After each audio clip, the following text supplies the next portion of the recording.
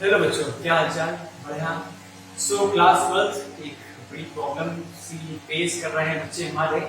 वो प्रॉब्लम ये है कि सर कैसे पढ़ाई स्टार्ट करें, इतनी बड़ी किताब है, इतना ज़्यादा सिलेबस है, सारी घटक आपके दिमाग में है। तो कोई नहीं, हम एक काम कर रहे हैं, हम अपने सिलेबस को कंप्लीट करते हैं विद ऑल आईसीएसई क्वेश्चन। ठीक है, जितने भी आईसीएसई क्वेश्चन आपके दिए गए हैं उन सभी को हम यहाँ पर उठाएंगे और टॉपिक कंप्लीट करेंगे। क्लास को एक चीज ध्यान रखना कि आप जो भी टॉपिक पढ़ रहे हैं उसमें एनालिसिस आपको क्लियर होना चाहिए। एनालिसिस के लिए आपके डायग्राम जो होना चाहिए वो बहुत क्लियर होना चाहिए। ठीक है, जैसे मान लो पहले हमने टॉपिक पढ़ा वो है कूलम, हमने पढ़ा इलेक्ट्रिक चार्ज, हमने पढ़ा कूलम लॉ। ठीक है, इलेक्ट्रिक चार्ज क्या है उसको समझना है, उसके बाद कूलम में क्या था वो समझना है, उसके बाद हमें वेक्टर एनालिसिस आनी चाहिए इस चैप्टर में। अगर हमें ये पार्ट क्लियर है तो समझ लो ये चैप्टर हमारे लिए बहुत इजी है। ठीक है, चलो हम लोग धीरे धीरे करके स्टार्ट करते हैं। बेटा पहला हमारा टॉपिक वो आज है इलेक्ट्रिक चार्ज। ठीक है, मेरी हर एक बात को ध्यान सुनिए। इलेक्ट्रिक चार्ज क्या है बेटा? इलेक्ट्रिक चार्ज की अगर बात करें तो इलेक्ट्रिक चार्ज एक्चुअली में एक किसी भी मैटर की इनहेरिटेंस प्रॉपर्टी है, यानी हर एक मैटर के अंदर इलेक्ट्रिक चार्ज एग्जिस्ट करते हैं। कैसे करते हैं याद करो, एग्जांपल हमने क्लास 9 में पढ़ा था, इसमें हमने बताया था कि आपने कॉम लिया है, उसको अपने सर पे रब किया है, जब उसको रब कर रहे हो तो कॉम इलेक्ट्रीफाइड हो जाता है, इलेक्ट्रिफिकेशन प्रोसेस। ठीक है, तो क्या होता है, कॉम चार्ज होता है, उस चार्ज कॉम को जब हम किसी पेपर के पास ले जाते हैं तो क्या होता है याद करो, पेपर उससे स्टिक कर जाता है। अगर उससे पेपर स्टिक कर जाता है तो फिर हमने क्या बोला, हमने कहा भाई ऐसा है कि कॉम आपका नेगेटिव चार्ज है और ये नेगेटिव चार्ज क्या करता है, उस पेपर से जाके एक अट्रैक्टिव फोर्स लगाता है और वो पेपर उससे स्टिक कर जाता है। ठीक है, हाँ हालांकि मन में कुछ बच्चों के क्वेश्चन है कि सर पेपर तो न्यूट्रल होता है, पेपर के पास तो कोई चार्ज नहीं होता, तो इसके लिए आपको पढ़ाया गया था इंडक्शन प्रोसेस। याद करो, पक्का इंडक्शन प्रोसेस याद करो। ठीक है, क्या बताया गया था कि अगर मान लो कोई नेगेटिव चार्ज रॉड है, कोई भी अगर अभी चार्ज हो जाए, कोई भी नेगेटिव चार्ज रॉड है, अगर हम इसको किसी भी न्यूट्रल चार्ज के पास होते हैं, बेटा न्यूट्रल चार्ज मतलब उसके पास दोनों चार्ज होंगे, पॉजिटिव भी होंगे एज वेल एज नेगेटिव होंगे, जितने पॉजिटिव होंगे उतने ही नेगेटिव होंगे। ये बात तो क्लियर है। तो होता है जैसे नेगेटिव चार्ज बॉडी के पास ले जाते हैं तो इन चार्ज जो इस बॉडी के पास, जैसे इसके पास नेगेटिव है उतने ही इसके पास क्या है पॉजिटिव। इतनी बात क्लियर हो गई आराम से। इंडक्शन प्रोसेस क्या होता है याद करो कि जैसे हम नेगेटिव चार्ज बॉडी के पास ले जाएंगे, जैसे इसके पास ले गए हम, देखो ये नेगेटिव चार्ज क्या करेंगे, रिपल करेंगे, ठीक, और ये पॉजिटिव वाला क्या करेगा, अट्रैक्ट करेगा। तो इसमें क्या होगा, चार्ज का रीडिस्ट्रीब्यूशन होगा। ऐसे ये नेगेटिव वाले यहाँ पे जाएंगे, ये पॉजिटिव वाले यहाँ पे जाएंगे। क्या इतनी बात क्लियर होगी? इतनी बात क्लियर होगी। और कुछ टाइम के लिए ये क्या कर जाता है, ये पेपर स्टिक कर जाता है। बेटा इस प्रोसेस को हम लोग बोलते हैं इलेक्ट्रिफिकेशन। इतनी बात क्लियर है, यानी कि भाई साहब ये बात तो क्लियर होगी कि चार्ज कहाँ है, बॉडी के अंदर ही एग्जिस्ट करता है। क्लियर? आगे बढ़ जाए, चलो। तो इलेक्ट्रिक चार्ज के बारे में डेफिनेशन क्या है? सिंपल डेफिनेशन क्या होती है electric charge? It is the inheritance property of any matter. It is the inheritance, वो सुनाते रहो, इनहेरिटेंस प्रॉपर्टी, ये बहुत बेसिक लेक्चर में बना है, ठीक है, ऑफ एनी मैटर। परेशान होने की कोई जरूरत नहीं है। अगर मान लीजिए आपका कुछ 11th का क्वेश्चन अगर वीक रखा है, इट्स ओके, इट्स फाइन, आपको हर एक चीज की डिटेल यहां मिलेगी, हर एक चीज क्लियर होगी। ठीक है, वेक्टर एनालिसिस होप्स आपका क्लियर होगा। ठीक है, तीन चीजें मैंने बोली है। अगर आपका डेफिनेशन ठीक एज इलेक्ट्रिक चार्ज की, कूलम लॉ की, उनकी एप्लीकेशन और वेक्टर एनालिसिस क्लियर है, चैप्टर बहुत इजी है। Once again clear, fine. आगे बढ़ते हैं। What is electric charge? It is the inheritance property of any matter. किसी मैटर के अंदर इलेक्ट्रिक चार्ज एग्जिस्ट करता है। ठीक है, इलेक्ट्रिक चार्ज कैसी क्वांटिटी है sir? It is a scalar quantity. It is a scalar quantity. आगे ये कुछ पॉइंट है जो लिखना आगे, ये स्केलर क्वांटिटी। अच्छा, इलेक्ट्रिक चार्ज होता है, एसआई यूनिट क्या है? एसआई यूनिट क्या है बेटा? Coulomb. The SI unit of electric charge is coulomb. Okay, आगे बढ़ते हैं। ठीक, इससे बेटा किससे हम सिंबलाइज करते हैं? Q से। Clear? Now electric charge are of two type होते हैं। एक होता है पॉजिटिव चार्ज, ठीक, जिसका मैग्नीट्यूड कितना होता है बेटा? प्लस का 1.6 into 10 की पावर -19 कूलम। और एक क्या होता है बेटा? एक नेगेटिव चार्ज होता है। इसका मैग्नीट्यूड कितना होता है -1.6 into 10 की पावर -92। क्लियर? लिखो फटाक से, आगे बढ़ते हैं।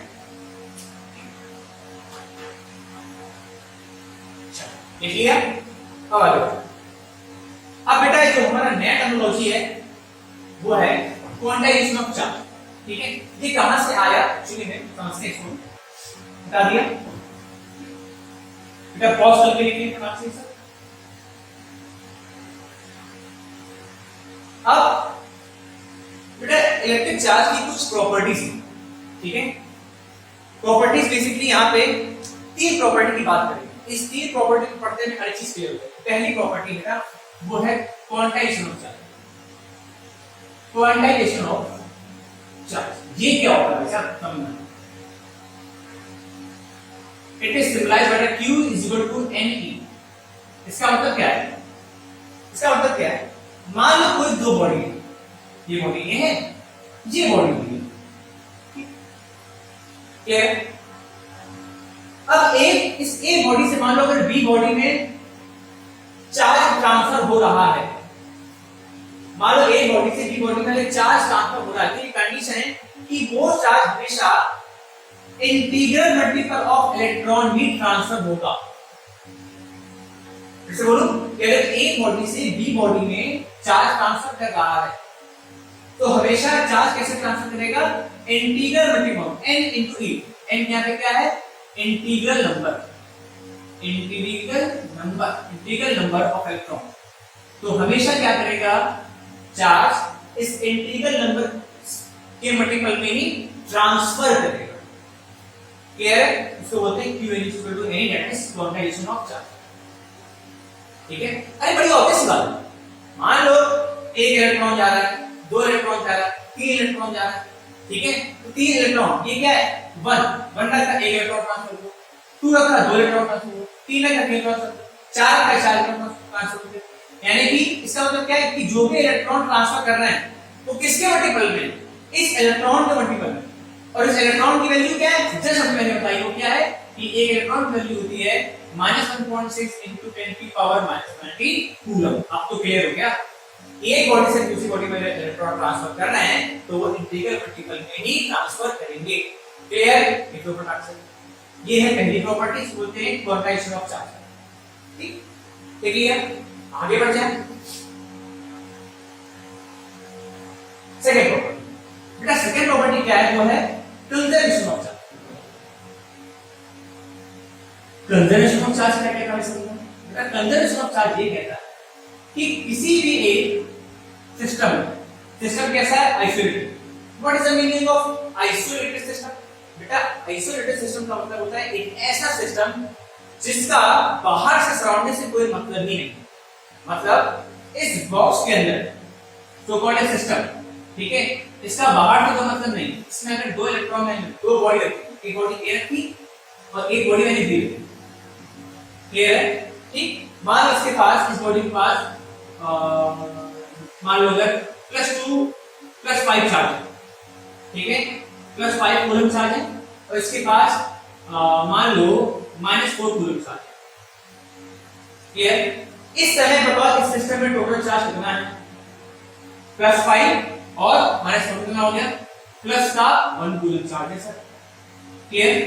अगर मान लो किसी तरीके से इस बी बॉडी से एक इलेक्ट्रॉन ट्रांसफर होकर ए बॉडी में गया तो क्या होगा? इस बी से अगर एक इलेक्ट्रॉन ट्रांसफर होकर बी में गया है तो क्या होगा? सोचो, +5 तो ये -1 कितना हो जाएगा? प्लस का 4 कूलम और ये कितना हो जाएगा? ये हो जाएगा -3 कूलम। ठीक, अब इसको ऐड करो, कितना हो गया? प्लस का 4 और -3 कितना आ रहा है? अभी का आंसर इज +1 कूलम।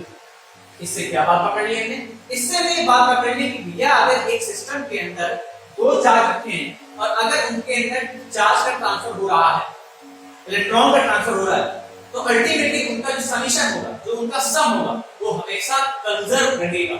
इसको बोलते हैं कंजर्वेशन ऑफ चार्ज। ओके, एक मिनट का पास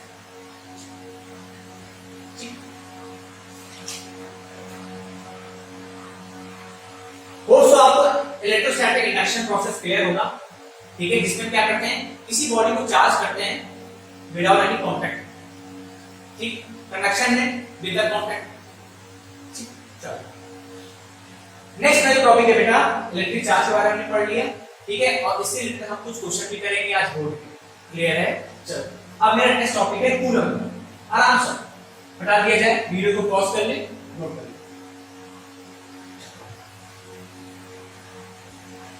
नेक्स्ट बेटा जो टॉपिक है वो है कूलम लॉ, ठीक। बेटा इस कूलम लॉ को पढ़ने के लिए थोड़ा सा क्लास 11 पे जरा वापस जाते हैं। क्लास 11 में हमने एक चैप्टर पढ़ा था, वो था ग्रेविटेशन। ग्रेविटेशन में क्या बताया गया था आपको क्लास 12 याद करो बेटा, वहां पे ये बताया गया था कि अगर कोई भी दो मैसिव बॉडी, मान लो कोई दो बॉडी, इन दोनों बॉडी के बीच ये m1 है ये m2 है, ठीक है, इन दोनों बॉडी के बीच क्या लगता है, हमेशा फोर्स ऑफ अट्रैक्शन लगता है, और ये फोर्स ऑफ अट्रैक्शन याद करो न्यूटन लॉ ऑफ ग्रेविटेशन क्या बताया था, ये फोर्स ऑफ अट्रैक्शन, ये फोर्स ऑफ अट्रैक्शन, ये बॉडी m1 है, ये बॉडी m2 है, और they are kept in distance of r, they are kept in distance of r। तो इनके बीच में जो फोर्स ऑफ अट्रैक्शन था वो डायरेक्टली प्रोपोर्शनल था किसके, product of m1 and m2। भाई साहब याद आया कि नहीं आया, पक्का याद आ गया। उसके बाद बताया था कि इनका जो प्रोडक्ट है वो इनके डिस्टेंस के इनवर्सली प्रोपोर्शनल, इसको बोलते हैं इनवर्स स्क्वायर लॉ, ठीक, ना ध्यान दो, इसको बोलते हैं इनवर्स स्क्वायर, ठीक है। फिर दोनों चीजों को हमने ऐड किया तो क्या आ गया, F = G m1 m2 upon r square. क्या ये हमने क्लास 11 में पढ़ा है, बिल्कुल याद अच्छे से। चलो ये क्या है, ग्रेविटेशन फोर्स F, G क्या है, ग्रेविटेशन कांस्टेंट, m1 m2 क्या है, मासेस, r क्या है, दोनों के बीच की डिस्टेंस, और ये दोनों फोर्स हमेशा कहां लगते हैं, सेंटर टू सेंटर लगते हैं, सारी बातें याद, ठीक। इसी को देखा देखी कूलम ने एक लॉ बना दिया। कूलम ने कहा कि भैया किसी बॉडी के अंदर या कोई बॉडी अगर बॉडी में मास एक्सिस्ट करता है, ठीक है, इसका मतलब उसमें चार्ज भी एक्सिस्ट करता है, और उसी चार्ज एक्सिस्टेंस की वजह से बॉडी क्या करती है, अट्रैक्ट करेगी या रिपल करेगी। इसी को क्या देखते हुए, फॉलो करते हुए कूलम ने एक लॉ दे दिया, क्या कहा कि भैया अगर कोई भी तो बॉडी है, मान लो कोई भी बॉडी, मान लो ये बॉडी ए है, ये बॉडी बी, क्लियर, मान लो इसमें अगर चार्ज है प्लस का q1 और इसमें चार्ज है प्लस का q2, और they are kept in distance of r। Same बात वही बोली, इन्होंने क्या बोला कि भैया इनके बीच की जो फोर्स है वो किस पे डिपेंड करेगा, is directly proportional to the product of q1 and q2, और सेकंड लॉ क्या होगा बच्चों, that is it is inversely proportional to the 1 upon r। समझ में आ गया, मजा आया, ये फर्स्ट और ये सेकंड। और इसी को देखते हुए क्या किया, इन्होंने कहा कि f is equal to the, हम इसको ऐड करेंगे, कांस्टेंट बनाएंगे, इस कांस्टेंट को हमने क्या बोल दिया बेटा, k, that is q1 q2 upon r square. यही क्या है बेटा, कूलम लॉ।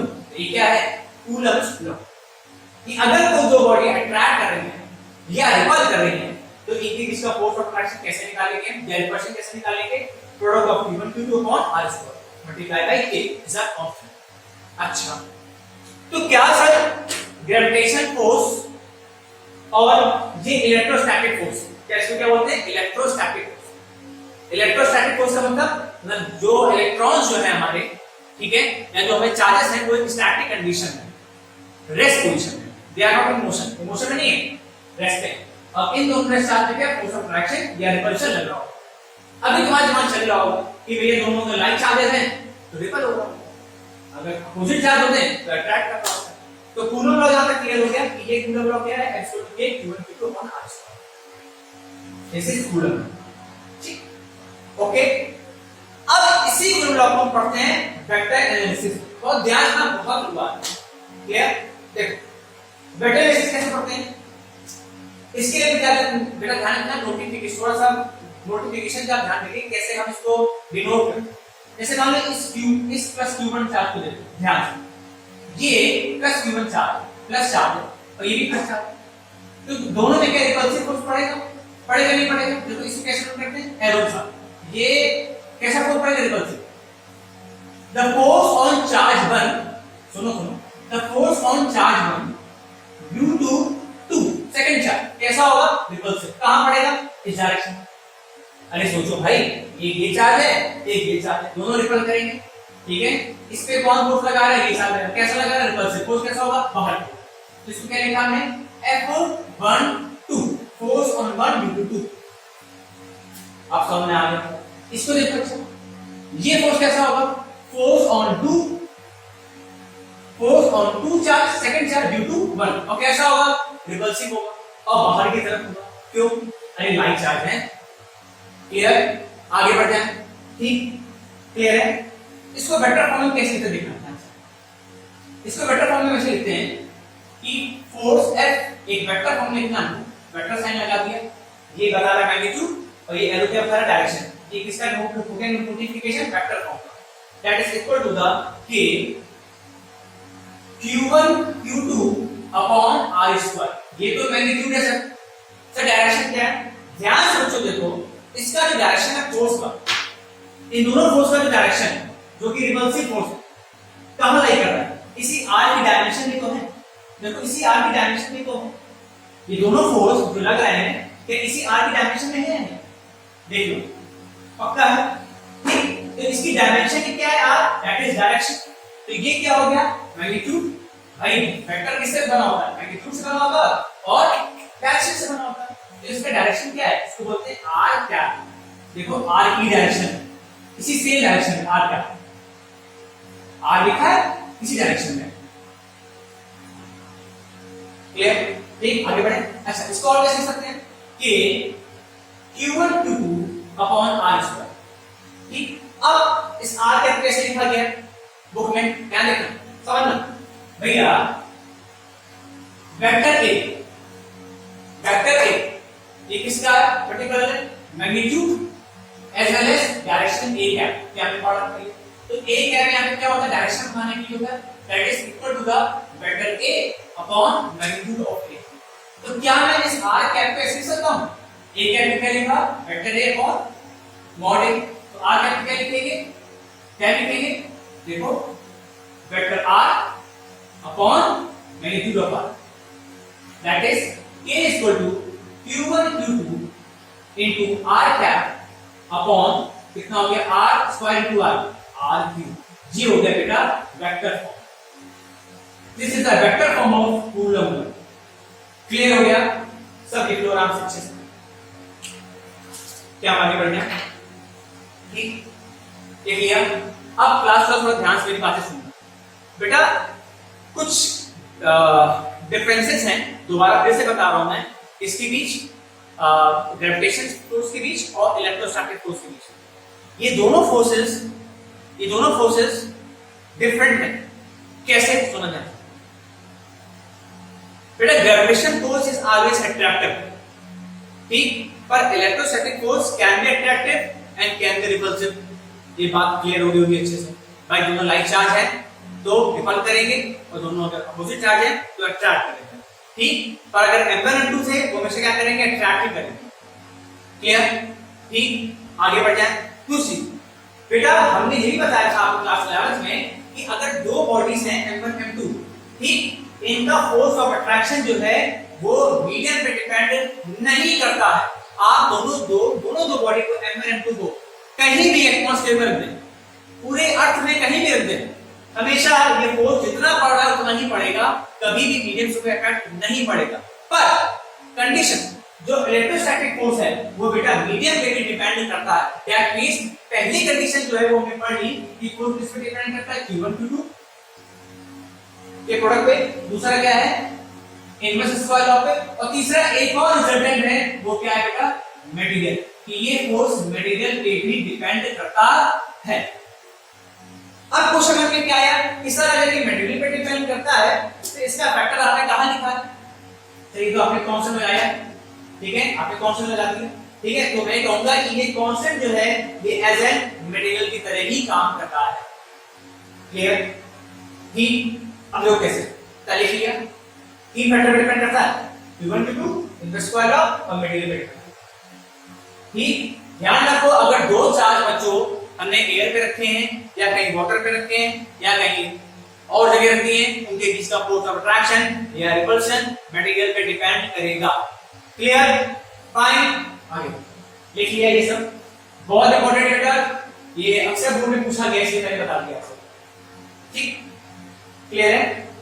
आगे बढ़ना है, चलो आगे।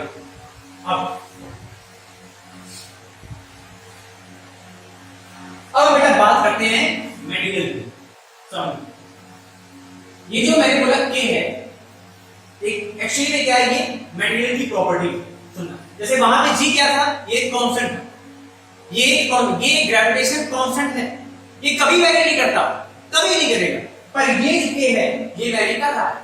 क्यों? क्योंकि ये फोर्स मटेरियल पे डिपेंड कर रहा है। फोर्स की बात पकड़ लिया, क्लियर? इस के को बेटा हमने कैसे लिखा है? This K is equal to the 1/4 pi epsilon.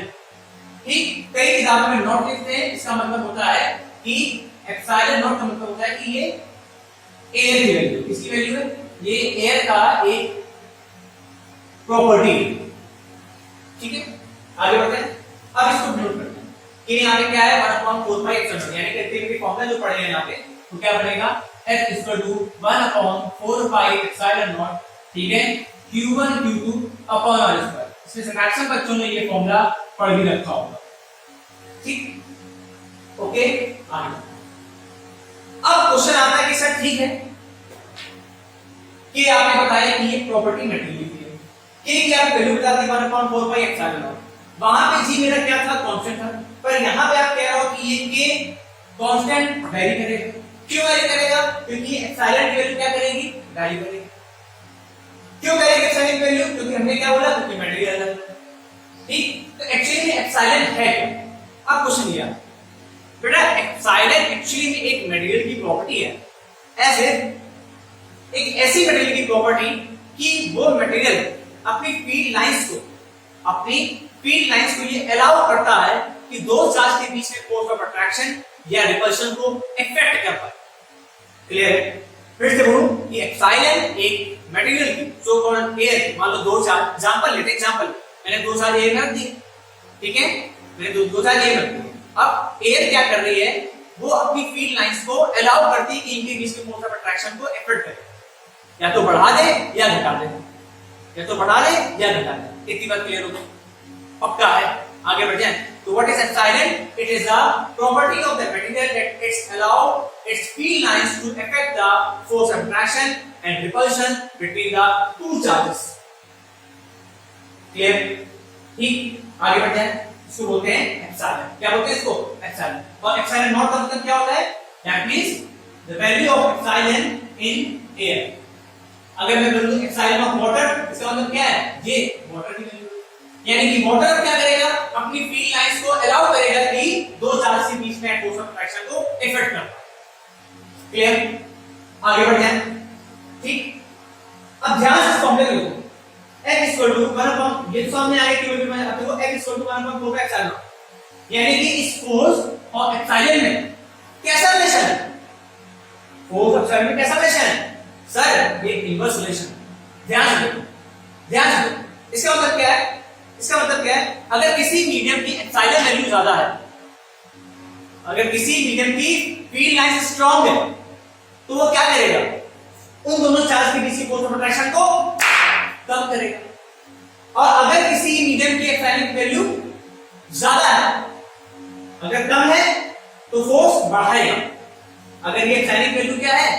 कम है, तो इनके बीच में फोर्स ऑफ अट्रैक्शन को वो कम इफेक्ट करेगा। और अगर एप्सिलॉन की वैल्यू ज्यादा हो गई, ठीक है, अगर ये वैल्यू ज्यादा है तो फोर्स कम, अगर ये वैल्यू ज्यादा है तो फोर्स कम, अगर ये वैल्यू कम हो गई तो फोर्स ज्यादा हो गई। ठीक, अगर एप्सिलॉन की वैल्यू, फिर से सुनो मेरी बात, अगर ये एप्सिलॉन की वैल्यू ज्यादा हो गई, यानी कि मटेरियल की फील्ड लाइंस को अलाउ कर रहा है, तो उनके बीच में फोर्स ऑफ अट्रैक्शन को ये कम कर देगा। और अगर ये एप्सिलॉन की वैल्यू कम हो गई, यानी कि इसकी फील्ड लाइन इतनी स्ट्रांग नहीं है, तो क्या करेगा? इनके बीच में फोर्स ऑफ अट्रैक्शन को कोई इफेक्ट नहीं करेगा। क्लियर? इनके बीच में फोर्स ऑफ अट्रैक्शन जितना ज्यादा बढ़ रहा था उतना ज्यादा बढ़ेगा। अब समझ में आ गया? ठीक, यानी इससे बात समझ में आ गई कि एप्सिलॉन और फोर्स के बीच में कैसा रिलेशन है? ये एक मटेरियल की प्रॉपर्टी है, सुनना ध्यान से, ये मटेरियल प्रॉपर्टी है, यानी एप्सिलॉन और फोर्स के बीच में कैसा रिलेशन है? इनवर्सली। मैं कह सकता हूं this force is inversely proportional to the epsilon. ये तो पता। अच्छा, ये 4 पाई कहां से आया, किसी बच्चे ने पूछा, किसी बच्चे से 4 पाई कहां से आया? बेटा ये जो हमारा चार्ज होता है ना, ये स्फीयर शेप होता है। कैसा होता है? इसका शेप स्फीयर का होता है। और स्फीयर का सरफेस एरिया याद हो क्या होता है? Surface area of the sphere 4 pi r square, 4 pi r square class 10। ठीक, ये 4 पाई वहां से आया, ठीक है। तो आई थिंक ये q1 q2 प्रोडक्ट समझ में आ गया, ये r समझ में आ गया, ठीक है। t = 1.4 पाई, ये कांस्टेंट वैल्यू जो कि वेरी करेगी, ठीक है, जो कि वेरी करेगी अकॉर्डिंग टू द मटेरियल। ठीक, मटेरियल में क्या है? 1.4 पाई एप्सिलॉन। एप्सिलॉन क्या है? ये प्रॉपर्टी है मटेरियल की। क्या प्रॉपर्टी है मटेरियल की? मैं दोबारा रिवाइज करा रहा हूं कि अगर ये एप्सिलॉन की वैल्यू ज्यादा हो गई तो फोर्स ऑफ अट्रैक्शन कम पड़ेगा, सुपर अट्रैक्शन फोर्स पड़ रहा है। और अगर ये फोर्स ऑफ अट्रैक्शन की वैल्यू अगर कम हो गई तो फोर्स ज्यादा, और ज्यादा हो गई फोर्स कम हो गई।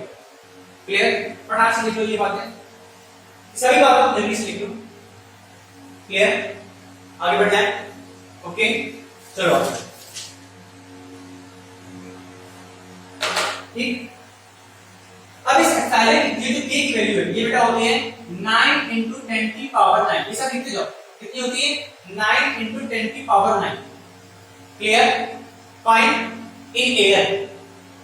अच्छा, वाटर होता कुछ अलग होता, बेसिक बात, ठीक है। अल्कोहल होता कुछ और होता। क्लियर? अच्छा, इसकी यूनिट क्या है? इसकी यूनिट क्या देखो, इसकी यूनिट क्या है? ये यहां पे न्यूटन, ये metre square upon coulomb square. तो ये क्या हो गया? न्यूटन, इसकी वैल्यू कितनी है? Newton metre square upon coulomb square. This is the unit of the K constant. देख लो फटाक से क्लास लो। ठीक, देख लिया, आगे बढ़ जाए। चलो, ये था हमारा कूलम। क्लियर है? अच्छा, एक और चीज हमें बतानी है, चार्ज की प्रॉपर्टी रहे, याद आ गया मुझे, वो ये है, यहां पे आ गया ये सब पहले लिख लो फटाक से। उसके बाद चार्ज की प्रॉपर्टी में एक और पॉइंट ऐड कर रहा हूं, ठीक है। क्लियर? अगर मान लो कोई दो चार्ज है, कोई भी दो चार्ज, जैसे मान लो एक बॉडी है, ठीक है, जिसके पास q चार्ज है, और एक b बॉडी है जिसके पास कोई चार्ज नहीं, न्यूट्रल, कोई चार्ज जीरो। अगर मैं इन दोनों बॉडी को टच कराऊंगा, सुन लो, यूज करूंगा मैं, अगर मैंने इन दोनों बॉडी को टच कराया, इन दोनों बॉडी को मैंने टच कराया ए और बी को, तो होगा क्या बच्चों? इन दोनों बॉडी में चार्ज डिस्ट्रीब्यूशन, क्या होगा? चार्ज डिस्ट्रीब्यूशन होगा। ऐसा डिस्ट्रीब्यूशन होगा कि दोनों में चार्ज कैसे आ जाएंगे? बराबर बराबर बराबर बराबर। अरे ऑब्वियस बात है, अगर इन दोनों को जोड़ने में टोटल चार्ज कितना क्यू है, चार्ज है टोटल क्यू है, तो अब बराबर बराबर चार्ज कितना होगा? q/2 a में, और b में कितना होगा? q/2। अभी भी जोड़ लो, q/2 + q/2 q ही आएगा। नेट चार्ज अभी भी q है और नेट चार्ज दोनों जोड़े अभी भी q है। इसको बोलते हैं बेटा चार्ज डिस्ट्रीब्यूशन। क्या बोलते हैं? चार्ज डिस्ट्रीब्यूशन, ठीक है। हाँ, इसका एक फॉर्मूला भी है कि अगर हमें नेट चार्ज डिस्ट्रीब्यूशन निकालना है, दैट इज अगर किसी दो बॉडी को टच करें, that is q1 + q2 upon 2। q1 + q2 upon 2। देखो एग्जांपल ले लेंगे ना बेटा, यहां पे q1 कितना है? q, ठीक। q2 कितना है? 0 अपॉन 2, दैट इज कितना आ गया? q/2। यानी कि जो अब नेट चार्ज डिस्ट्रीब्यूशन कितना होगा? q/2 यहां से भी हो गया और q/2 यहां से भी हो गया। तब जब मैं दोनों बॉडी को टच करूंगा, लिख लो फटाक से। अच्छा, तीन बॉडी हो जाए तो चार्ज कैसे डिस्ट्रीब्यूट होगा? तो q1 + q2 + q3 upon 3। Clear हो गया? देखो फटाक से सारी बातें लिखते चले जाओ, सारी बातें लिखते चले जाओ, ठीक। लिख लिया? क्या मांगे आज बच्चों? चलो क्लियर, बता दिया जाए। अब बेटा नेक्स्ट हमारा टॉपिक है वो है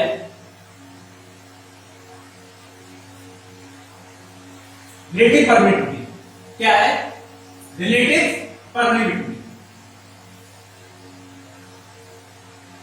है कुछ चाहिए। देखो बेटा फोर्स क्या होता है? F = 1/4 pi epsilon not into q1 q2 r²। ये तो भैया कूलम फोर्स है, ठीक है। इसमें ये क्या है? Epsilon not. एप्सिलॉन क्या है? वो क्लियर हो गया। अब आया रिलेटिव परमिटिविटी। Relative permittivity. ये क्या होता है? ये होता है रिलेटिव परमिटिविटी, ई सफिक्स में आ लिख दिया, इसको क्या बोलते हैं? रिलेटिव परमिटिविटी, यानी कि एप्सिलॉन का एक और नाम है क्या? परमिटिविटी। ठीक है, that is allowed, that is permit the electric field to affect the force between the two charges. Clear? यहां से नाम आया परमिटिविटी। ठीक, इसको बोलते हैं permittivity of the medium is the ratio of the permittivity of the medium with respect to air। क्या बोलते हैं? relative permittivity। ठीक है, क्लियर? आ गया क्या? सारे फिजिकल क्वांटिटीज जितने भी टर्म से क्लियर हो रहे हैं? अच्छा, एक और चीज, अभी जस्ट सर ने बताया कि इस एप्सिलॉन का फोर्स से कैसा रिलेशन? Inverse relation. तो क्या मैं इस रिलेटिव परमिटिविटी तो ये लिख सकता हूं? It is also called as the ratio of the force of attraction or repulsion between the charges, that is ratio of the force of attraction of the air to the force of attraction of the medium। क्यों? अरे दोनों में inverse relation है, तो क्या मैं इसी relative permittivity को ऐसे लिख सकता हूं कि नहीं? श्योर? सोच लो, चलो कॉपी करो फटाफट। तो यहां से बच्चों इस रिलेटिव परमिटिविटी की दो डेफिनेशन आती है। It is the ratio of the permittivity of the medium to the permittivity of the air, किसी मीडियम का permittivity with respect to air, या force of attraction of the air upon the force of attraction of the, उसी force of attraction का मतलब medium. ये इसको बोलते हैं रिलेटिव परमिटिविटी। ठीक, क्लियर? अब यहां से बच्चों क्या है कि एक क्वेश्चन आया हुआ आपका, सबसे पहले 2008 में आपका क्वेश्चन आया हुआ है coulomb law in vector form, जो कि हम अभी पढ़ा चुके हैं। उसके बाद एक और क्वेश्चन आया है, दैट इज आया है 2013 में क्वेश्चन क्या आया था? सुनना, आईएससी 2013 एक क्वेश्चन आ चुका। क्या क्वेश्चन है? क्या सुनना, क्वेश्चन कह रहा है कि the relative permittivity of water is 81। The relative permittivity of water is 81, or if the permittivity of water and the permittivity of air दोनों दी गई हैं, तो आपको बताना है कि इन दोनों का रेशियो कितना है। क्या दिया गया? relative permittivity of water is 81। रुको, इसको कैसे डिनोट करेंगे? ये आपको सेक्शन ए में क्वेश्चन आ चुका है एमसीक्यू। देखो बेटा, relative permittivity of water, ये क्या है? relative permittivity की ऑफ वाटर, तो कैसे लिखेंगे? relative permittivity is equal to permittivity of the medium with respect to the permittivity of air। और relative permittivity हमको किसकी दी गई बेटा? वाटर की। कितनी दी गई है? 81। ठीक, तो यहाँ पे मीडियम क्या है? Water upon air. तो क्या मैं इसको ऐसे लिख सकता हूं कि permittivity of water is equal to 81 times of permittivity of air। ये आया बेटा 2013 में क्वेश्चन आईएससी। ठीक है, कि क्या रिलेशन है परमिटिविटी ऑफ वाटर और एयर में? अगर परमिटिविटी ऑफ वाटर दिया गया, क्या दिया गया? The relative permittivity of water आपको दिया गया है 80। ये तो फटाफट से देख लिया। ठीक है, ओके, क्या आगे बढ़े?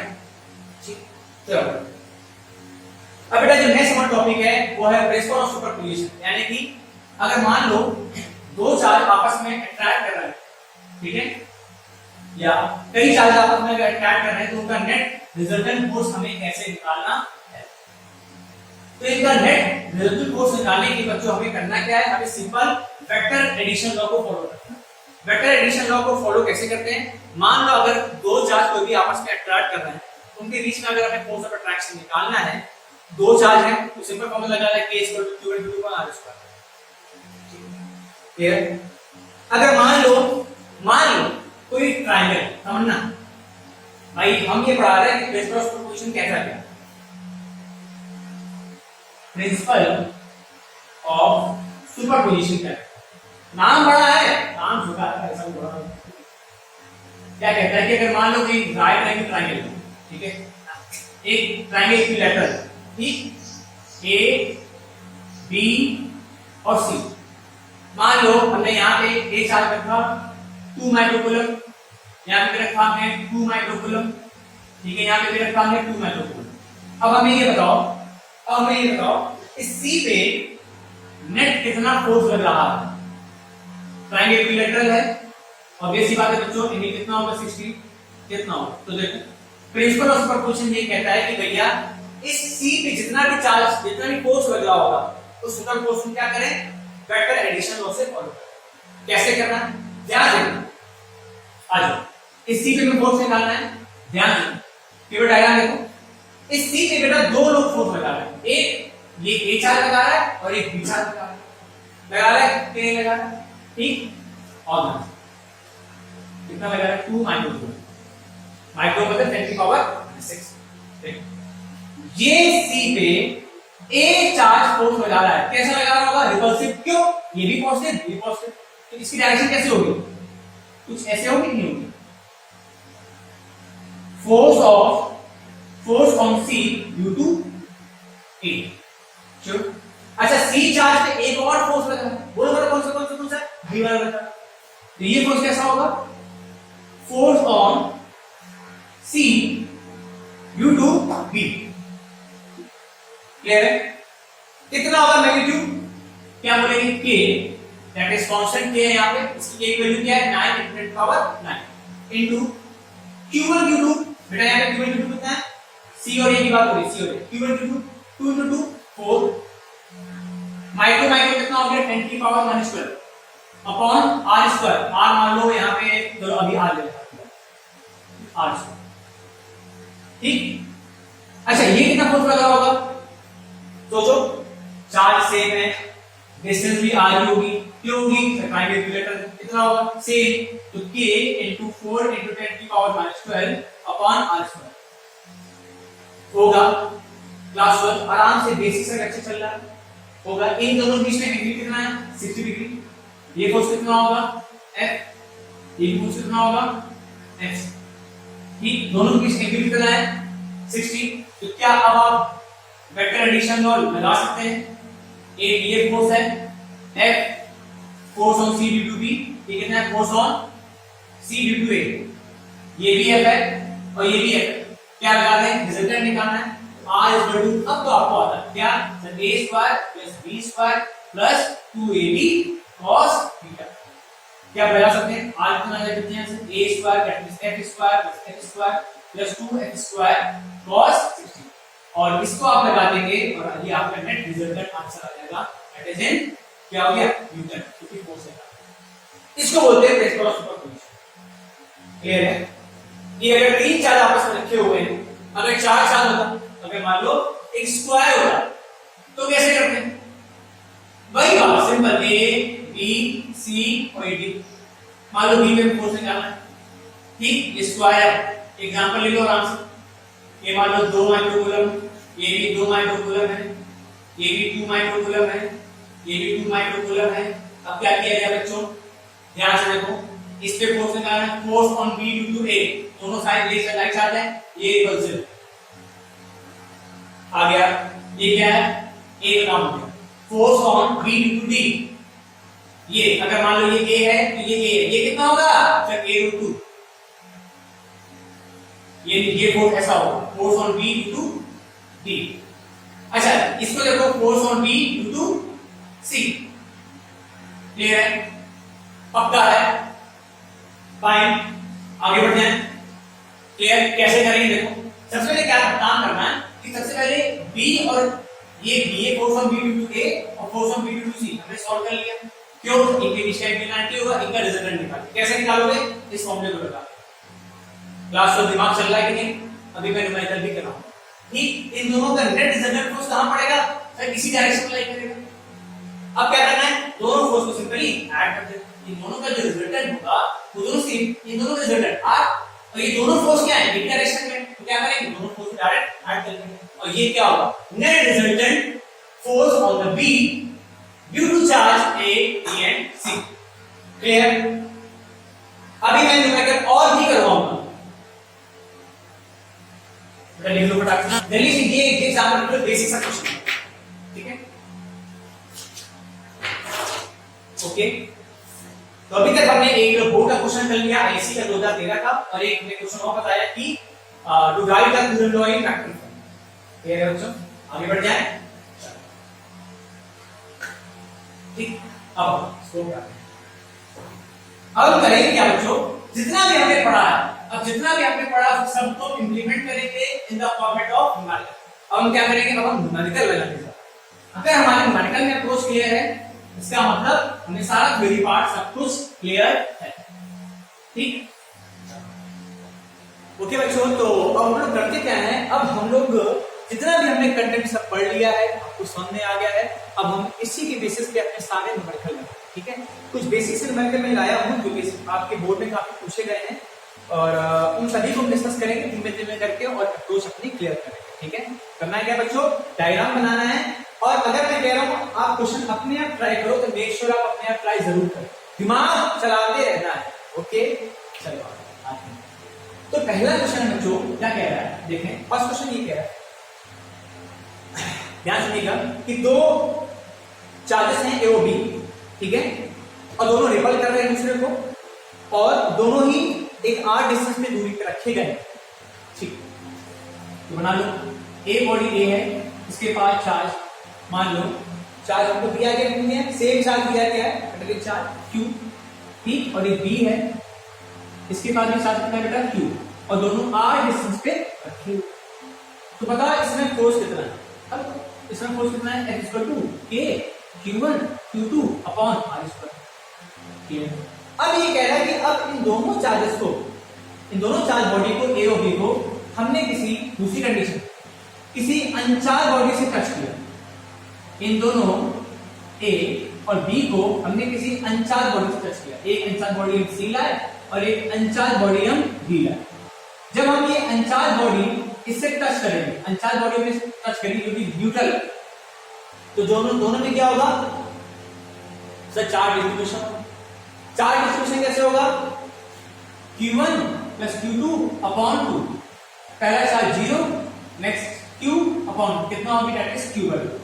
यानी कि अब जो नया चार्ज आएगा इस A वाले पे, नया चार्ज आएगा C को टच कराने से, वो कितना आ जाएगा A वाले पे, बगल से, फिर Q/2 यहां पे भी हो जाएगा, और यहां पे कितना होगा जब मैं B बॉडी टच कराए जो कि अनचार्ज C, कितना हो जाएगा Q/2। इतनी बात बच्चों क्लियर हुई कि नहीं हो गई? अब इन दोनों चार्ज बॉडी को टच कराने के बाद हमने इनको r/2 डिस्टेंस पे रखा, तो बताओ एक नया रिजल्टेंट फोर्स कितना हुआ। सॉल्व किया जाए, पूरा क्वेश्चन समझ में आ गया कि पहले दो बॉडी थे ए और बी, ध्यान से, ठीक है, ए और बी, इसके पास चार्ज Q, इसके पास चार्ज Q, दोनों की दूरी r, अब फोर्स समय कितना है।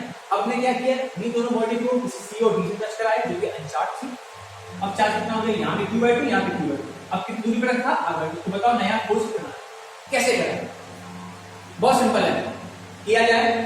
ठीक, ये है फर्स्ट कंडीशन का फोर्स, कंडीशन फर्स्ट, यहाँ पे F डैश कितना होगा, ऑब्वियस सी बात है, ये जो फोर्स होगा वो कुछ नया ही होगा। क्यों होगा, देखो चार्ज बदल गया, डिस्टेंस बदल गई, नया रिजल्टेंट फोर्स क्या होगा, इसको क्या मैं लिख सकता हूं, F dash = K, constant, medium वही है, हमने जो ये चार्ज एयर में रखे थे अभी भी हमने एयर में रखे, वाटर में उठा के डाल देती है, कितना हो गया Q, कितना हो गया Q1 Q2, यानी Q/2 into Q/2 upon r², कितना हो गया r/2 का होल स्क्वायर, दैट मींस नीचे r², ऊपर कितना हो जाएगा 4।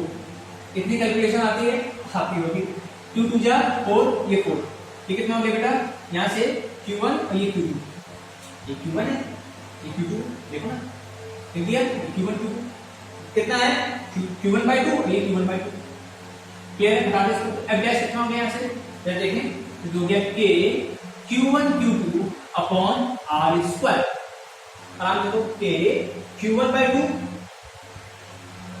Q2/2, किया Q2/2, क्लियर है, अपॉन r/2 का होल स्क्वायर। तो ये नेट रिजल्टेंट कितना आ गया, देखो F डैश = K, ये वैल्यू क्या है, ध्यान रखो, K Q1 Q2 upon r², ये पूरा K क्या है, ये पूरा F ही तो है, यानी कि जो फोर्स पहले पड़ा था अभी भी वही फोर्स पड़ा, यानी कि नेट फोर्स या net new force was same as initial. Copy कर लो फटाफट से, क्या किया हमने क्लास 12? हमने कुछ नहीं, क्वेश्चन को पढ़ा, चार्ज डिस्ट्रीब्यूशन लगाया और अपना आंसर निकाला। तो चार्ज डिस्ट्रीब्यूशन कंसेप्ट क्लियर है, आ गया। चलो ये फर्स्ट क्वेश्चन देख लिया, क्लियर है, आगे बढ़ जाए। चलो अब नेक्स्ट क्वेश्चन, अगला क्वेश्चन, केवल 4 क्वेश्चन है बस। नेक्स्ट क्वेश्चन, अगला क्वेश्चन क्या कह रहा है, यहां से सेकंड क्वेश्चन है बच्चा, कह रहा है 3 charge 1 coulomb 1 microcoulomb 1 microcoulomb and 2 microcoulomb are in vertices of ABC equivalent triangle ABC 10 cm। चलो देखो, एक ट्रायंगल बनाया हमने इक्विलैटरल, इसके वर्टिसेस में A, B और C वर्टिसेस में 3 चार्ज हैं। यहां पे 1 माइक्रोकूलम, यहां पे भी 1 माइक्रोकूलम, ब्रैकेट में लिखा हुआ है, तो यहां पे कितना है 2 माइक्रोकूलम। क्लियर? उसके बाद ये ट्रायंगल इक्विलैटरल है, इन तीनों केसेस कितनी भी है 10 सेंटीमीटर। अभी जस्ट कराया है क्वेश्चन, ये भी 10 सेंटीमीटर। बताओ what is the net resultant force on C, C पे नेट रिजल्टेंट फोर्स कितना पड़ रहा है। क्या क्या किया जाए, क्या किया जाए बेटा, वीडियो को पॉज करें, अपने आप ट्राई करें, जस्ट बताया मैंने। चलो सी को देखो, the force on C due to A कैसा होगा, repulsive force on C due to A. लिख लिया के Q1 Q2, Q1 कितना है ऐसे 2 into 2 और ये माइक्रो 10 की power -12 upon r square, 10 centimetre कितना हो गया, यानी कि 0.1 का होल स्क्वायर। क्लियर है? इसको सॉल्व कर लें, ये कितना है यहां से सॉल्व करेंगे, ये हो रहा k की वैल्यू क्या है 9 into 10 की पावर 9। क्लियर है? इसको भी क्लियर है, हम 2 जा 4 into 10 की पावर -12, तो ये सॉल्व करके कितना आ गया 0.01। इसको और सॉल्व कर लेंगे जरा हम, तो ये हो गया आपका 100। ठीक, ये कितना हो गया k इंटू 4 इंटू 10 की पावर -10 की पावर -1। ये हो गया 4.3 देखो ध्यान से, सभी सॉल्विंग सही है, पूरी सॉल्विंग सही है। ठीक, आगे बढ़ जाए। चलो कंसेप्ट क्लियर हो रहा है। अच्छा, force on C due to A हो चुका, अब force on C due to B repulsive line charge कहां पे जाएगा, ये बाहर की ओर। इस पे फोर्स ये कैसे लगेगा, बाहर की ओर लगेगा। क्लियर हो गया? तो ये हो गया force on C due to B, कितना हो गया, इसको देखो। क्लियर है? देखो ये बच्चों ध्यान रखो, ये 2 है, 2 माइक्रोकूलम 1 माइक्रोकूलम, ये भी 2 माइक्रोकूलम 1 माइक्रोकूलम। तो क्या दोबारा करके सॉल्व करोगे क्या, नहीं। कितना हो जाएगा, कॉपी करो फटाक से, k इंटू 4 इंटू 10 की पावर -10 न्यूटन। ठीक, दोनों के बीच एंगल कितना है, ये 60, तो ये 60, दोनों फोर्स सेम है। ये भी, इसको भी आप बेटा f मान लो, ठीक है, इससे इजी पड़ जाता है, इसको भी f मान लो अगर सेम है तो। ठीक है, अब तुम्हारी इजी हो गया। नेट कितना रिजल्टेंट फोर्स है, तो a square f square plus b square plus 2ab x square cos 60। बेटा सॉल्व कर लोगे तो यहां से रिजल्टेंट आप निकालोगे। आया, पक्का आया। क्या देखा हमें, सिंपल एरो, बस डायमेंशन से ध्यान रखो, क्वेश्चन खत्म। क्लियर? आगे आया है? ओके बच्चों, अब बेटा नेक्स्ट क्वेश्चन है, इसको देखें।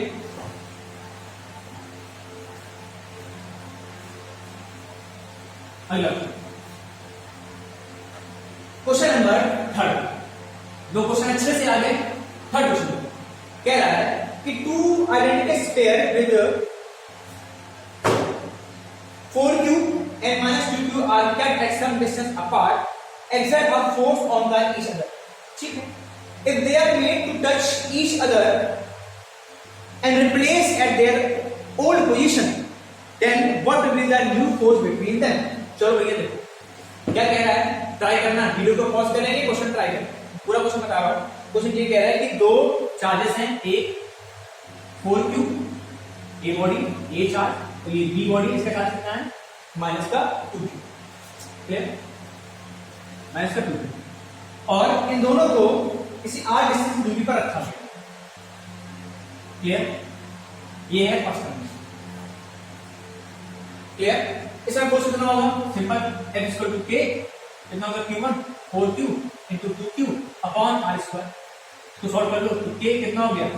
8Q² upon r²।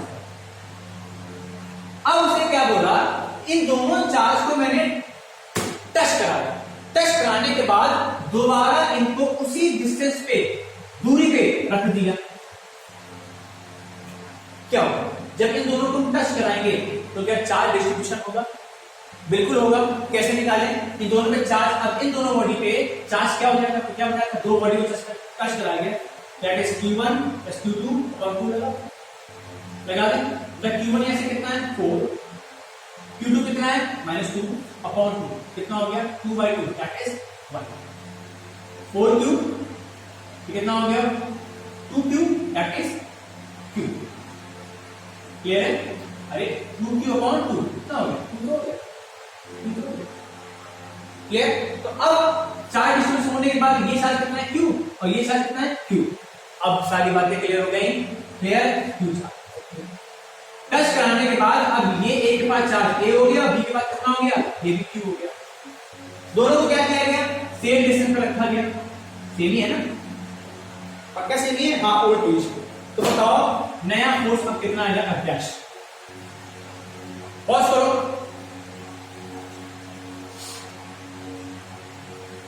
चलो आगे बढ़ते हैं। F' equal to K Q1 Q2 Q² upon r²। ठीक है? क्लियर? अब हम क्या करेंगे? ये क्वेश्चन में सेकंड हमें F' निकालना है।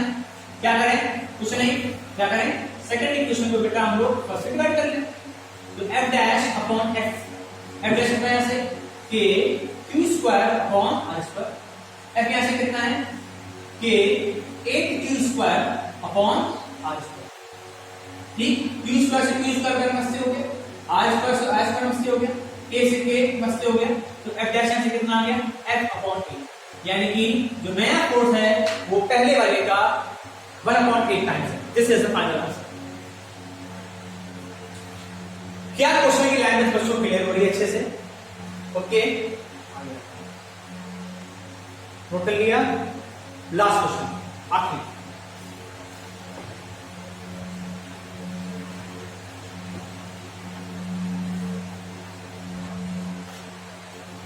लास्ट क्वेश्चन है चौथा। इसके बाद कुछ और भी क्वेश्चन है बेटा, ऐसा नहीं क्वेश्चन खत्म हो गया। इसके बाद और भी कुछ अच्छे लेवल के क्वेश्चन हैं जो कि हम नेक्स्ट वीडियो में हमारे डिस्कस करेंगे। ओके, चलो क्वेश्चन 4 क्या कह रहा है?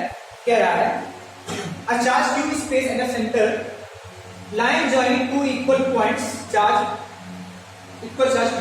ठीक है, the system is in equilibrium, find the value of q। बहुत बढ़िया, देखो ये क्या कह रहा है? A charge q is placed at the center of line joining, दो चार्ज कैपिटल Q और एक कैपिटल Q, इन दोनों इक्वल चार्ज के बीच में एक स्मॉल चार्ज रखा गया, स्मॉल q बिल्कुल बीच में रखा गया। ये दूरी कितनी है दोनों चार्ज के बीच? Capital Q r। बताओ ये कितनी जाएगी? r/2। क्लियर? अब कंडीशन क्या थी कि इस q चार्ज को स्मॉल चार्ज पे रखने के बाद ये पूरा सिस्टम कैसा है? कैसा है? इक्विलिब्रियम में। यानी कि इस पूरे सिस्टम में कोई भी नेट फोर्स कितना है? 0। ये तो कंडीशन होती है इक्विलिब्रियम। पक्का है नेट फोर्स कितना है? 0। यानी कि इन सभी चार्ज के पास, चाहे कैपिटल Q ये वाला, चाहे स्मॉल q ये वाला, चाहे कैपिटल ये वाला, इन सभी चार्ज पे इंडिविजुअली नेट फोर्स कितना है? 0। क्लियर है? इसको बोलते हैं बेटा हम that if the system of three charges will be in equilibrium। इसने कहा ये सिस्टम इक्विलिब्रियम है। ठीक, क्या किया है? स्मॉल q निकालना। वीडियो को पॉज करो, ट्राई। ठीक, चलो कर लिया। चलो बेटा, अगर ये पूरा चार्ज, पूरा सिस्टम इक्विलिब्रियम है, ठीक है, इस सभी चार्ज के पास नेट फोर्स 0 है, तो हम एक काम करें, हम किसी एक चार्ज को पकड़ रहे हैं Q। ठीक, इस पे नेट फोर्स कितना होगा? 0 होगा। इस पे नेट फोर्स Q चार्ज में कौन कौन लगा रहा होगा? ध्यान देखो, इस Q पे एक फोर्स कौन लगा रहा होगा? Small q। ये दोनों चार्ज इनके बीच की दूरी r/2, ये फोर्स कैसा होगा, रिपल्सिव बाहर की, force on capital Q due to small q कितना होगा, K Q1 Q2 capital Q small q upon इन दोनों की दूरी r/2 whole square, r² upon 4। बोलो वाले, इस Q चार्ज में क्या ये कैपिटल Q फोर्स लगा होगा, ये भी लगा होगा,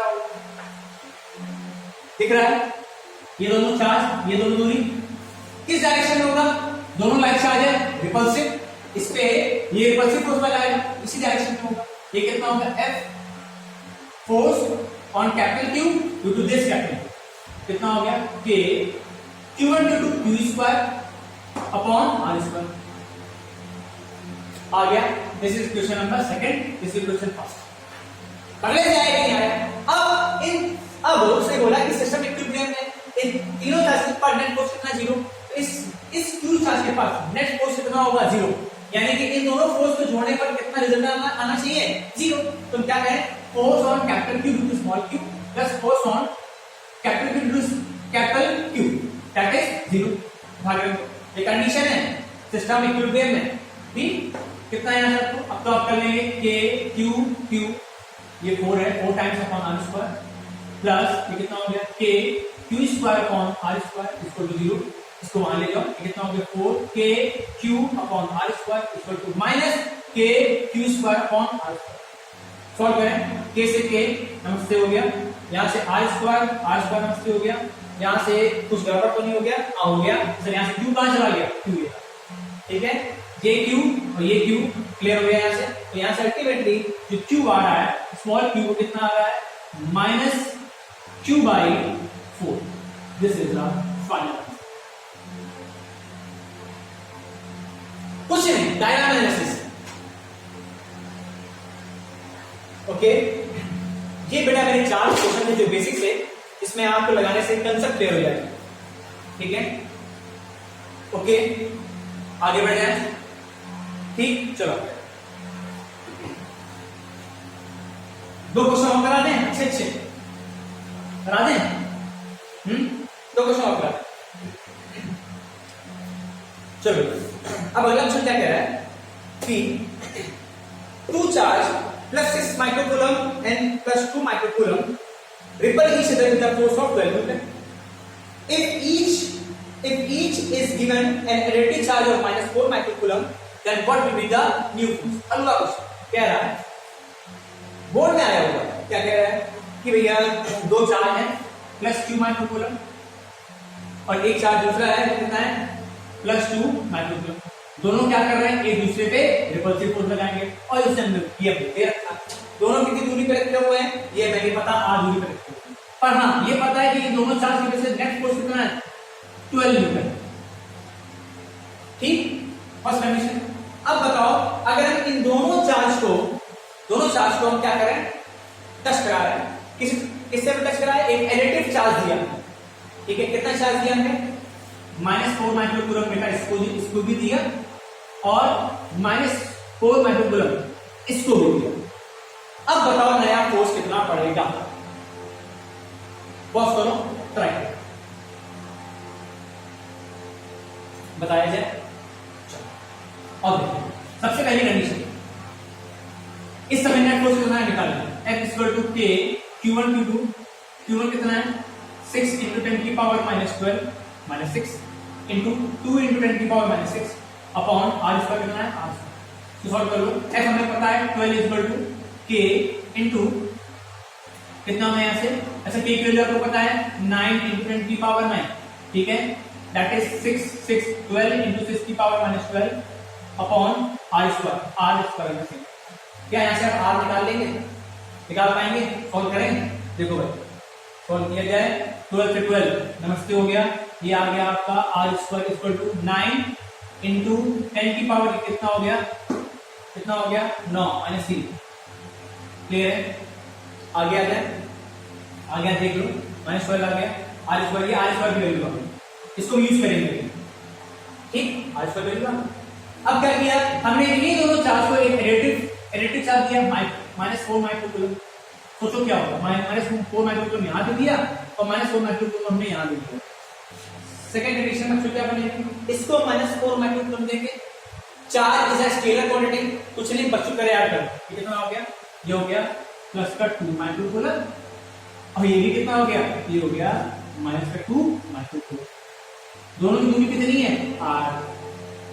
बोलो भाई समझ में आया कितना है, क्लियर। नेट फोर्स, नया फोर्स कितना पड़ा, तो F dash equal to K into Q1 Q2, Q1 कितना है 2 2 जा 4 इनटू 10 की पावर -6 और -6 -12 अपॉन r स्क्वायर। ठीक, तो F dash equal to K 9 into 10 की पावर 9 इनटू 4 इनटू 10 की पावर -12, और ये r स्क्वायर के लिए हम निकाल चुके हैं 9 इनटू 10 की पावर -3। इसको सॉल्व कर लेंगे और अपना नेट आंसर निकाल लेंगे। बोलो आया कि अच्छे से चैप्टर क्लियर हुआ कि अच्छे से, सारे क्वेश्चन अच्छे से आगे क्लास कराया है, क्लियर। आगे बढ़ जाए। ठीक, एक लास्ट क्वेश्चन, आखिरी क्वेश्चन खत्म, आखिरी क्वेश्चन लेते हैं, खत्म, चैप्टर खत्म हो गया, बेटा मामला खत्म हो गया ये वाला। ठीक, उसके बाद नया टॉपिक जो हम लोग पढ़ेंगे वो होगा electrical field and electric dipole. इस लास्ट क्वेश्चन के बाद टॉपिक हमारे खत्म होता है। चलो लास्ट क्वेश्चन देखो, बड़ा क्वेश्चन, लास्ट क्वेश्चन है, क्वेश्चन नंबर कितना होगा, 4 नहीं 6 का क्या है, the charge capital Q and small q are placed at each of the diagonal opposite corner of a square। ठीक, एक स्क्वायर बना सुंदर सा, एक सुंदर सा हमने स्क्वायर बनाया, एक चार्ज हमने Q और Q यहां रखा, और एक चार्ज हमने Q और एक Q यहां रखा, ये स्क्वायर है। ठीक, हाँ, ये अगर दूरी, ये अगर डिस्टेंस r है, ये भी r है, तो ये कितना होगा r√2। ठीक है, √2 क्लियर है। चलो फिर क्या कह रहा है, if the net electrical force on capital Q is 0, अगर इस कैपिटल Q में नेट फोर्स 0 है तो बताओ what is the ratio of capital Q upon small q। ये वीडियो को पॉज करो, अपने आप करो,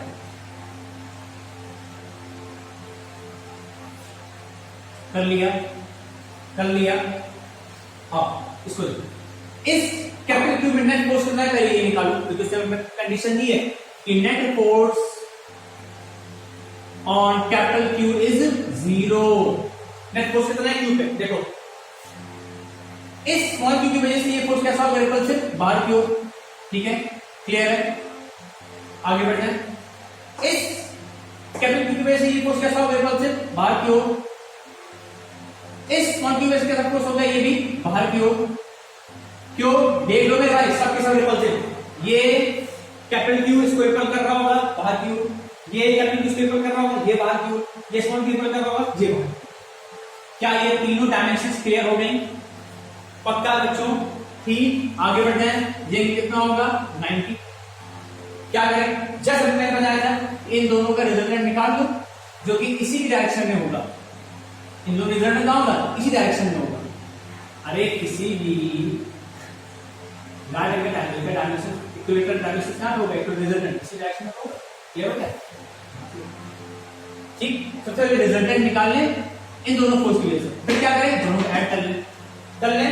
चलो आगे फिर तो जल्दी देखो, K Q into Q upon ये क्या है QQ, ये फोर्स कितना है r स्क्वायर। ठीक, ये कितना है, सेम होगा, that is K QQ upon r square. इसको हमने बोल दिया, मान लो अभी बोल रहे हैं F, इसको बोल रहे हैं अभी F। दोनों में से कितना है 90। नेट रिजल्टेंट फोर्स कितना आ रहा है, इन दोनों चार्ज की वजह से नेट रिजल्टेंट फोर्स कितना यहां पे आ रहा है, दोनों की संख्या कितना है 90। देख डायग्राम देख पा रहे हो, देखो एक ये मैं दिखा रहा हूं यहां से अलग से,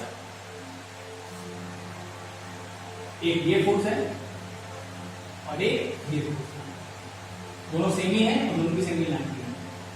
लगा दें रिजल्टेंट का formula, r equal to under root a square plus b square plus 2ab cos 90। लगा दें r equal to a square, यहाँ पे ये भी एक पोला है और ये भी एक पोला है, क्यों, दोनों सेम फोर्सेस, दोनों सेम फोर्सेस।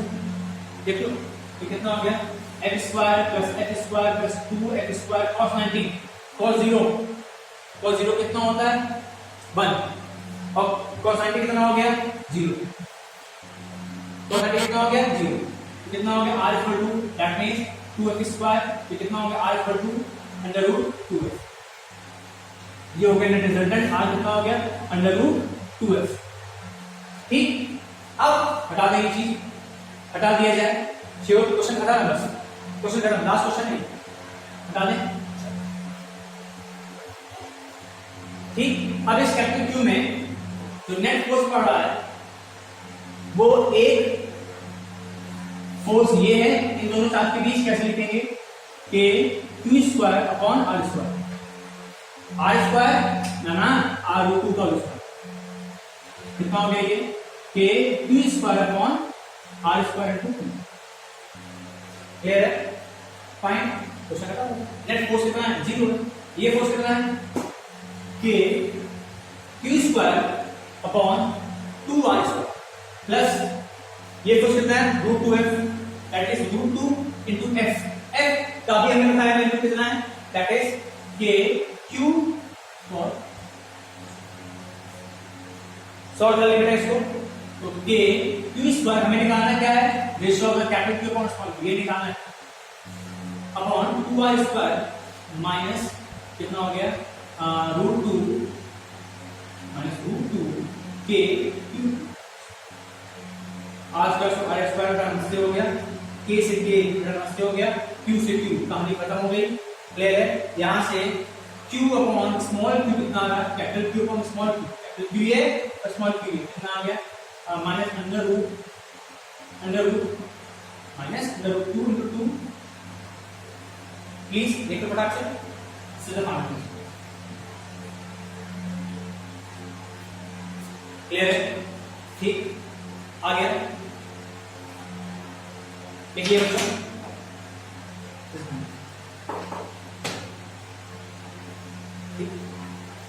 अब इस लास्ट क्वेश्चन से हमने सारे कंसेप्ट सब कुछ पढ़ लिए सब कुछ एनालाइज हो गया वेक्टर एडिशन लॉ लगाना आ गया कूलम्स लॉ सब में आ गया रिलेटिव परमिटिविटी आ गया सारी टर्मिनोलॉजी की हो गई चार्ज क्या होता है सब दुनिया में सबको हमने पढ़ा ठीक है चलो अब हम लोग मिलते हैं अपने नेक्स्ट वीडियो के साथ जिसमें हम लोग उठाएंगे electric field and electric dipole okay till then बेटा अच्छे से पढ़ते रहिए घबराने वाली कोई बात कुछ भी नहीं है आपको समय मिला है उस समय को आप अच्छे से यूज करें और अपनी पढ़ाई बहुत अच्छे से करें क्लियर